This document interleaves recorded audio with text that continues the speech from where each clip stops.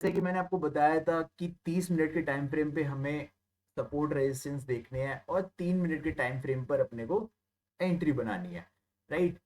अब एंट्री बनाते वक्त आपको तीन चीजों का ध्यान रखना है। पहली चीज, आपको लोकेशन ध्यान रखनी है कि आप कौन सी लोकेशन में हो, या आप जहां पर आप एंट्री बना रहे हो वो उसकी लोकेशन क्या। अब लोकेशन से मेरा मतलब क्या है, देखिए मार्केट हमेशा कैसे चलती है, मार्केट ऐसे चलती है, ऊपर गई, रिट्रेस मारा, फिर ऊपर गई, रिट्रेस मारा, ऊपर। ये तो है नहीं कि वन शॉट में ऊपर निकल गई या वन शॉट में नीचे आ गई। मार्केट ऐसे भी हो जाती है कि ऊपर गई, पूरा रिट्रेस नहीं मार रही है मार्केट, ऊपर यहाँ से ऐसे गई और यहाँ पे थोड़ा थोड़ा ऐसे साइडवेज हो गई, ठीक है, फिर उसके बाद वापस ऊपर चलेगी।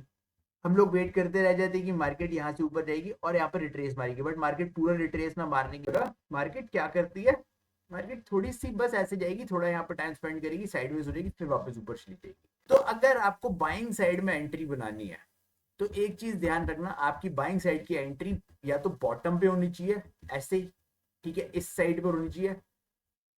कभी भी बाइंग साइड की एंट्री आपकी यहाँ नहीं होनी चाहिए, टॉप पर। बहुत बार ऐसी हम लोगों से गलती ये हो जाती है कि हम लोग बाइंग साइड की एंट्री बनाने जाते हैं स्ट्रेटेजी के हिसाब से और हम लोग टॉप पे बना बैठते हैं एंट्री। क्योंकि देखिए स्ट्रेटेजीज का क्या है, बाइंग साइड की एंट्री बनानी है तो हमें 5 EMA की लाइन के नीचे कोई भी बुलिश कैंडलस्टिक पैटर्न बनना चाहिए, ठीक है। और सेल, अगर सेल साइड की एंट्री बनानी है तो 5 EMA लाइन के ऊपर कोई भी बेरिश कैंडलस्टिक पैटर्न बनना चाहिए। सीधी सी बात यह है कि आपको ट्रेंड चेक करना है मार्केट का। सपोज कीजिए 30 मिनट के टाइम फ्रेम में मार्केट अभी अभी ऐसे एक कैंडल मार्केट ने बनाई इतनी बड़ी ग्रीन कलर की, फिर दूसरी कैंडल मार्केट ने इतनी बड़ी ग्रीन कलर की बना दी, फिर एक तीसरी भी कैंडल इतनी बड़ी बना दी ग्रीन कलर की। अब यहाँ पर आप खुद बताइए, ये 30 मिनट के टाइम फ्रेम पर मैंने आपको जैसे बताया कैंडल स्टिक देखनी है और सपोर्ट रेजिस्टेंस देखना है, उसके हिसाब से 3 मिनट के टाइम फ्रेम में हमें एंट्री लेनी है। अब 3 मिनट के टाइम फ्रेम पर थोड़ा बहुत तो यहाँ पर कहीं ना कहीं रिट्रेस मारा होगा, ठीक है। तो आप एक बात खुद बताओ कि मार्केट जब इतना मूव कर चुकी है 30 मिनट के टाइम फ्रेम पर, तो आपको क्या लगता है कि आप यहां पर बाइंग साइड की एंट्री सही बना रहे हो। तो हमेशा ध्यान रखना, एंट्री बनाते वक्त 30 मिनट का टाइम फ्रेम आपको चेक करना है, वहां पर ये देखना है क्या आप जैसे बाइंग साइड की एंट्री बना रहे हो तो वहां पर तीन बड़ी बड़ी बुल कैंडल्स तो नहीं बनी हुई बड़ी बड़ी ऊपर की तरफ में, या सेलिंग साइड की एंट्री बना रहे हो तो नीचे की तरफ में तीन बड़ी बड़ी कैंडल्स तो नहीं बनी हुई। अगर तीन बड़ी बड़ी कैंडल्स बनी हुई हैं और 3 मिनट के टाइम फ्रेम पर आपको एंट्री मिल रही है तो आप उस एंट्री को छोड़ देना, क्योंकि 30 मिनट के टाइम फ्रेम पर मार्केट एक ट्रेंड में ऊपर जा चुकी है। आपको अगर बाइंग साइड की एंट्री बनानी थी तो आपको यहीं बनानी थी या तो यहां बनानी थी, ठीक है। आपको इस कैंडल पे तो बिल्कुल नहीं बनानी थी, चाहे छोड़ दे दे। अब 30 मिनट के टाइम फ्रेम पे क्या मांग रहा है ट्रेंड, ऐसे अभी ऊपर गया, अब मार्केट थोड़ी सी रिट्रेसमेंट मांग रहा है, या रिट्रेसमेंट मांग रहा है या थोड़ा सा पॉज मांग रहा है। तो मार्केट यहाँ पे पॉज हो जाएगी, उसके बाद कोई कैंडल बन जाएगी, फिर आप लोग 3 मिनट के टाइम फ्रेम पे वापस बाइंग साइड की एंट्री बना सकते हो। चलिए इसका एग्जांपल देख लेते हो तो आपको और अच्छे से समझ में आएगा। ये बैंक निफ्टी का 30 मिनट का टाइम फ्रेम है, ठीक है। मैंने ये तो दिसंबर का एकदम टॉप लगा हुआ है, ठीक है। वहां से हम लोग देखना शुरू करते हैं कि आपको अगर यहाँ पर एंट्री बनानी थी तो आप कैसे बना। 5 EMA की लाइन आपका यूज होगा, 5 EMA का कहाँ पर, 3 मिनट के टाइम फ्रेम पर, और 30 मिनट के टाइम फ्रेम पर 20 EMA का यूज होगा, वो मैं आपको पार्ट थर्ड में आराम से बताऊंगा किसी दिन। ये देखिए यहाँ पर क्या था, यहाँ पर ऑब्वियसली बात है कि आप एक बात बताओ कि मार्केट कितनी दूर से ऐसे चलते हुए आ रही थी, ठीक है। तो अब यहाँ पर क्या है, इस जगह पर क्या क्या चल क्या रही है, ये यहाँ पर एक तो मार्केट ने 3-4 कैंडल्स ऊपर ऊपर की खड़ी कर दी, ठीक है। तो आप क्या यहाँ पर ट्रेड लेते इस कैंडल पर, इस कैंडल पर अगर आपकी 3 EMA की लाइन, आपकी 3 EMA की एंट्री, मतलब सॉरी, इस कैंडल पर, ठीक है, इस कैंडल पर अगर आपकी 3 EMA 5 EMA की एंट्री होती 3 मिनट के टाइम फ्रेम पर बाइंग साइड की, तो आप क्या लेते, नहीं लेनी थी। क्यों, रीजन बिहाइंड, मार्केट इतना अपने आप ही इतना देखिए यहाँ से इतना चल चुकी है तो इतना ऊपर आ चुकी है, तो मार्केट हमेशा स्ट्रक्चर ध्यान रखना, मार्केट हमेशा ऐसे ऐसे करके ऊपर जाती है, ठीक है। कभी भी मार्केट वन साइड नहीं जाएगी। तो जब मार्केट इतना चल चुकी है ऊपर की साइड में तो आपको कभी भी एंट्री नहीं बनानी है, ठीक है। आपको हमेशा लोकेशन देखनी कि मार्केट की लोकेशन क्या है। अब यहाँ से ये देखिए, अब यहाँ पे दूसरी चीज देखिए, यहाँ पर टॉप पर एकदम ये पैटर्न बना, 3 मिनट के टाइम फ्रेम पर जाकर यहाँ पर सेल साइड की एंट्री बन सकती थी पौने पौने 1 बजे के बाद। देखिए 14 दिसंबर का चार्ट है, 3 मिनट का चार्ट उस टाइम का अवेलेबल नहीं है अपने पास, ठीक है। तो मैं आपको यहाँ पर ऐसे ही दिखाता हूँ। अब उसके बाद मार्केट में देखिए, आप किसी से एंट्री सपोज कीजिए यहाँ पर सेल साइड की मिस हो जाती है, इस जगह पर, इस टॉप पर या इस इस पर सेल साइड की एंट्री मिस हो जाती है। तो भाई साहब रिक्वेस्ट है कि वो बंदा ना इस जगह पर एंट्री ना ले जब तीसरी कैंडल बने। क्यों? क्योंकि पता नहीं है तीसरी कैंडल बनने के बाद मार्केट साइडवेज हो जाएगी या ऊपर चली जाएगी वापस। ठीक है, ये तो चलिए उस दिन नीचे आ गई, 2 कैंडल्स अगली और नीचे आ गई, देखिए जैसी 2 कैंडल्स नीचे आई फिर मार्केट पूरा साइडवेज हो गई इतनी देर के लिए। ठीक है, तो मार्केट चलती ऐसी ही है। 3 मिनट के टाइम फ्रेम पे आपको क्या क्या चीजें ध्यान रखनी है। पहली कंडीशन मैंने आपको 30 मिनट के टाइम फ्रेम पे बता दी कि 30 मिनट के टाइम फ्रेम पे लोकेशन बहुत ज्यादा जरूरी है। अब दूसरी कंडीशन यहाँ पर ये कहती है कि जब आप एंट्री लोगे, ठीक है, एंट्री लेते वक्त भी आपको लोकेशन देखना बहुत ज्यादा जरूरी है।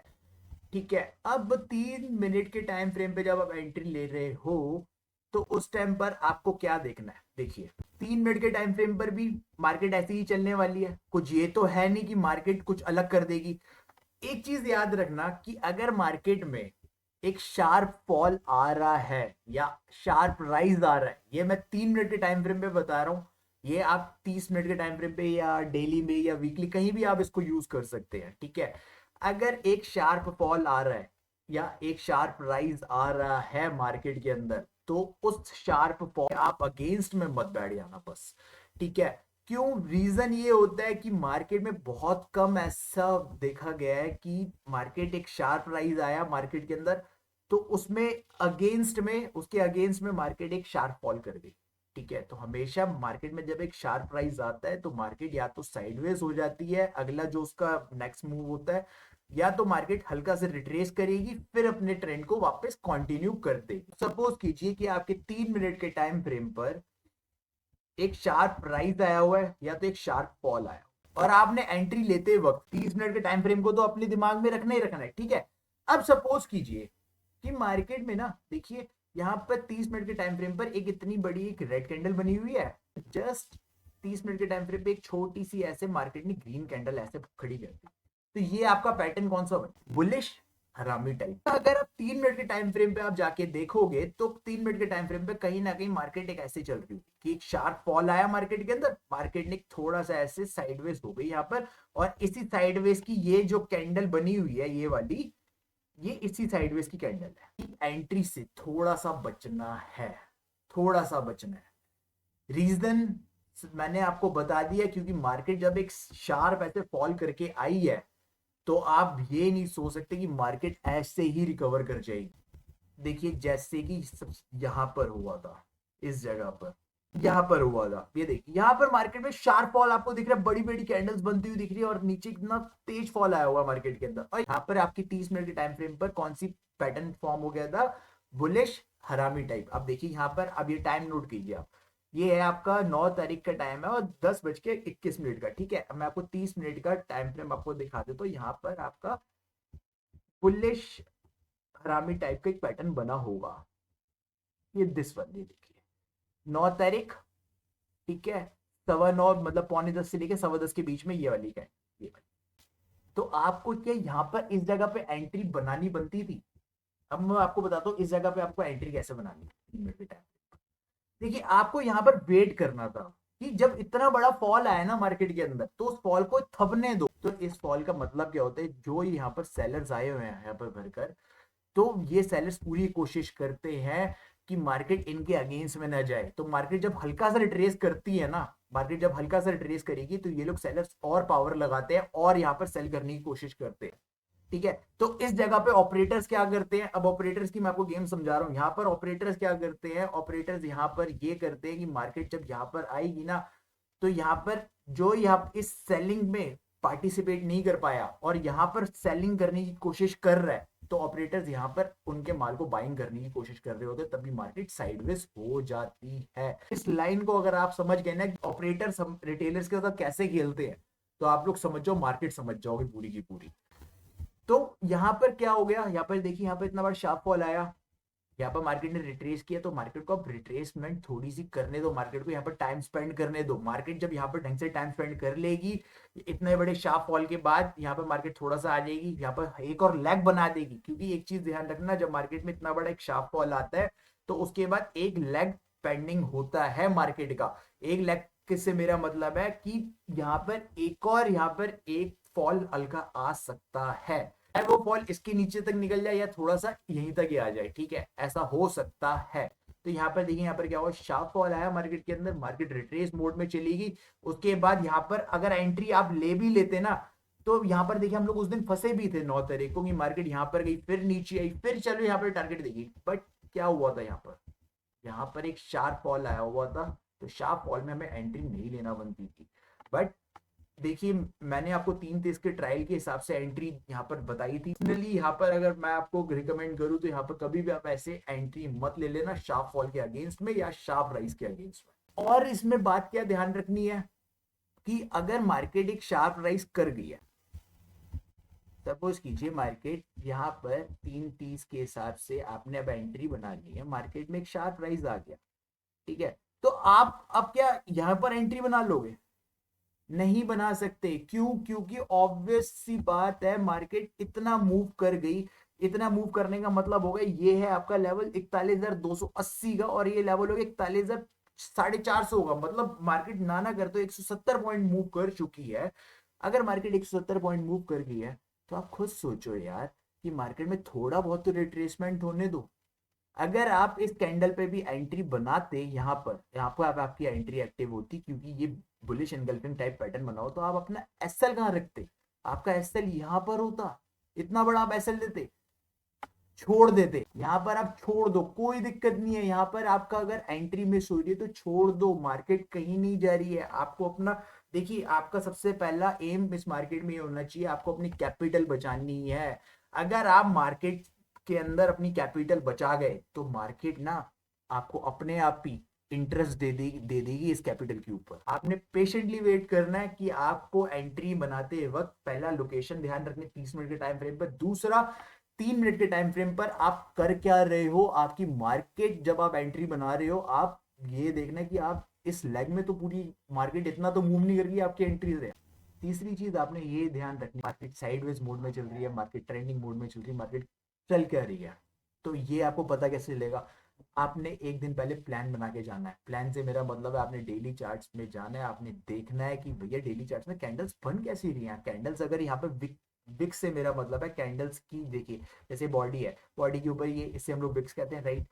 ये कैंडल की विक्स ऊपर नीचे ज्यादा तो नहीं बन रही कैंडल की, जो ये विक्स है, ठीक है, ऊपर नीचे। अब ट्रेंडिंग मार्केट कैसी होती है? ट्रेंडिंग मार्केट में ज्यादा विक नहीं होगी कैंडल की, सिर्फ बॉडी बॉडी होगी, राइट। जैसे कि देखिए, ये ट्रेंडिंग मार्केट थी, ये ट्रेंडिंग मार्केट थी, ये ट्रेंडिंग था, ये ट्रेंडिंग डे था, और ये तो चलो ये बजट डे था, बजट डे पे तो आप छोड़ सकते हो, ये ट्रेंडिंग डे था मार्केट के लिए। अब उसके बाद आपको पता लग गया कि मार्केट साइडवेज रेंज में चल रही है। अब साइडवेज रेंज में आप अपना टारगेट क्या रखोगे? साइडवेज रेंज में आपके टारगेट छोटे छोटे होने चाहिए, ट्रेंडिंग रेंज में आपके टारगेट बड़े होने चाहिए। अब क्वेश्चन ये आता है कि सर पता कैसे करें कि ट्रेंडिंग रेंज कब बनेगी? ट्रेंडिंग रेंज का एक ही तरीका है, जब मार्केट साइडवेज मोड में होती है ना, जब मार्केट बहुत टाइम साइडलाइट हो जाना है कि भैया मार्केट में अब कभी भी एक ट्रेंड डे आ सकता है। जैसे अब देखिए यहाँ पर चल रहा है आजकल मार्केट के अंदर, मार्केट पिछले 4-5 दिन से एक साइडवेज रेंज में ट्रेड कर रही है। तो आपने एक ध्यान रखना है कि मार्केट में कभी भी एक नीचे की तरफ एक बड़ी कैंडल बन सकती है, या तो ऊपर की तरफ एक बड़ी कैंडल बन सकती है, कभी भी हो सकता है ऐसा। तो अब आपको ये पता कैसे लगेगा कि अगले दिन ये कैंडल बनने ही वाली है? आपने प्रूव करने देना मार्केट को। मार्केट को प्रूव कैसे करने दोगे? 10:30 तक रुक जाओ। अगर मार्केट को ट्रेंडिंग होना होगा ना, तो मार्केट 9:15 से 10:30 या 11 बजे तक, 9:15 से 10:30 या 11:45 तक मार्केट ना एक ऐसे ऐसे ऊपर की तरफ में जाना शुरू कर देगी। 11 बजे से लेकर 1:30 बजे तक एक साइडवेज रेंज में हो जाएगी। ये पैटर्न देख के समझ में आ जाएगा, ये 10 में से 8 बार काम करता है मार्केट के अंदर। ये आपको ये पैटर्न देख के समझ में आ जाएगा कि मार्केट का आज ट्रेंड डे है। तो आपको एक बात पता लग जाएगी कि दोपहर में जब 1:30 बजे के बाद आप एंट्री बनाने जा रहे होगे इस मार्केट में, ठीक है, तो आपको एक बात पता लग जाएगी, आपको बड़े टारगेट के लिए एंट्री बनानी है सीधा। आपको फिर 60-70 पॉइंट के लिए काम नहीं करना, आपको सीधा बड़े टारगेट का, से मेरे मतलब आपको काम करना है 200 पॉइंट के लिए, 150 पॉइंट के लिए कम से कम। ये मैंने आपको 3 चीज बता दी। पहली चीज आपको लोकेशन ध्यान रखनी है, ठीक है, लोकेशन किस कौन से उसमें टाइम फ्रेम पे, 30 मिनट के टाइम फ्रेम पर। दूसरी चीज मैंने आपको बता दी कि 3 मिनट के टाइम फ्रेम पर आपने ये चीज ध्यान रखनी है कि अगर मार्केट में बहुत तेज फॉल आए, तो आप ये एक्सपेक्ट नहीं करना कि मार्केट ना पूरे इस फॉल को ऐसे रिकवर कर देगी, चाहे आपकी यहाँ पर एंट्री क्यों ना मिल रही हो। तीसरी चीज मैंने आपको ये चीज बता दी कि आपको अपना होमवर्क करके रखना है कि एक दिन पहले आपको ये चीज पता होनी चाहिए, दिमाग में होनी चाहिए कि मार्केट साइडवेज चल रही है या ट्रेंडिंग मोड में है, ठीक है। अगर साइडवेज मोड में है तो कितने दिन से साइडवेज मोड में है? अगर ट्रेंडिंग मोड में मार्केट है तो मार्केट में आप ये देखो, अगर 2 दिन से मार्केट ट्रेंडिंग मोड में चल रही है, तो आपको ये चीज होनी चाहिए कि भैया मार्केट का साइडवेज मोड आने वाला है, क्योंकि आपको मैंने पहले ही पैटर्न बताया कि मार्केट हमेशा काम ऐसे करती है, ऊपर गई, साइडवेज हो गई, रिट्रेस आया, फिर ऊपर गई, फिर साइडवेज हो गई, रिट्रेस आया। ठीक है, ऐसे ही काम होता है मार्केट के अंदर, और आप लोग चेक कर सकते हैं यार। ये देखिए, ये अभी मार्केट का ये वाला ट्रेंड चल रहा है। मैं यहाँ से चलो शुरू कर देता हूँ। मार्केट हल्का से ऊपर जाती है, नीचे आती है, ऊपर जाती है, नीचे आती है, फिर देखिए यहाँ पर ऊपर जाती है, नीचे आती है, फिर ये ऊपर जाती है, फिर नीचे आ गई, फिर ऊपर गई, नीचे, फिर यहाँ पर साइडवेज हो गई, फिर नीचे आई। ठीक है, ये ट्रेंडिंग हो गई, फिर यहाँ पर ऊपर हल्की सी, फिर ऐसे यहाँ पर डब्लू पैटर्न बना रही, फिर ये कर रही है, यहाँ पर साइडवेज हो गई। तो यहाँ से आपको ये चीज पता होनी चाहिए कि भैया मार्केट में चल गया। अब कल के लिए जैसे प्लान हो सकता है, मंडे के लिए क्या प्लान हम लोग कर सकते हैं? मंडे के लिए सबसे पहले अपना प्लान ये हो सकता है कि भैया मार्केट ना थोड़ी साइडवेज रह सकती है वापस। क्यों? क्यों? जब तक ये रेंज नहीं टूटेगी ना मार्केट की, तब तक हम लोग ये नहीं सोच सकते कि मार्केट ट्रेंडिंग जाने वाली है। अच्छा, अब मार्केट में भैया हमें कैसे पता लगेगा कि रेंज टूटने वाली है? वही मैंने आपको बताया, 10:30 तक इंतजार करेंगे हम लोग। 10:30 तक अगर मार्केट एक ट्रेंडिंग मोड में चल रही है और रेंज भी तोड़ दिया मार्केट में, ठीक है यार, रेंज ऊपर की तरफ मार्केट ने तोड़ दिया और 10:30 तक मार्केट ऐसे ट्रेंडिंग मोड में भी चल रही है, और उसके बाद साइडवेज हो गई थोड़ी सी, तो हम लोग एक बड़े टारगेट के लिए ऊपर की तरफ वापस प्लान कर सकते हैं, लेकिन स्ट्रेटेजी के हिसाब से। ये नहीं, ये तो 10 में से 8 बार 7 बार काम करती है चीजें, ऐसा नहीं होता। यहाँ पर मार्केट में प्रोबेबिलिटी से काम होता है, पॉसिबिलिटीज नाम की कोई चीज नहीं होती। तो अगली वीडियो आएगी, उसमें आपको बताऊंगा कि मूविंग एवरेजेस जो होती है, 20 मूविंग एवरेज का मार्केट के अंदर बहुत बड़ा रोल होता है। ठीक है, लेकिन इस स्ट्रेटेजी में इतना बड़ा रोल नहीं है, बट होता है मार्केट के अंदर, बहुत बड़ा रोल होता है मार्केट के अंदर 20 मूविंग एवरेज का। वो अगली वीडियो में आपको बताऊंगा। टिल देन गाइज, अगर पसंद आई वीडियो लाइक करना। देखिए, कमेंट आप लोग कर सकते हैं अगर आपको कोई दिक्कत हो तो। ठीक है, मैं आपको रिप्लाई करूंगा। और प्लीज प्लीज प्लीज आप लोग अपने दिमाग से एक चीज निकाल दीजिए कि 100% नाम की कोई चीज होती है। ठीक है, 100% एक ही चीज इस मार्केट में, वो है एसएल। ठीक है, आपका एसएल जाएगा जाएगा, ये 100% है। आपको प्रॉफिट आएगा ही आएगा, ये 100% नहीं है। ठीक है, तो आपने रिस्क मैनेजमेंट के साथ काम करना है। ठीक है, किसी किसी की भी प्रॉफिट स्क्रीनशॉट्स देखकर, किसी की भी प्रॉफिट वीडियोस देखकर अपने आप को डिमोटिवेट नहीं करना है। नेक्स्ट वीडियो में, till then take care guys.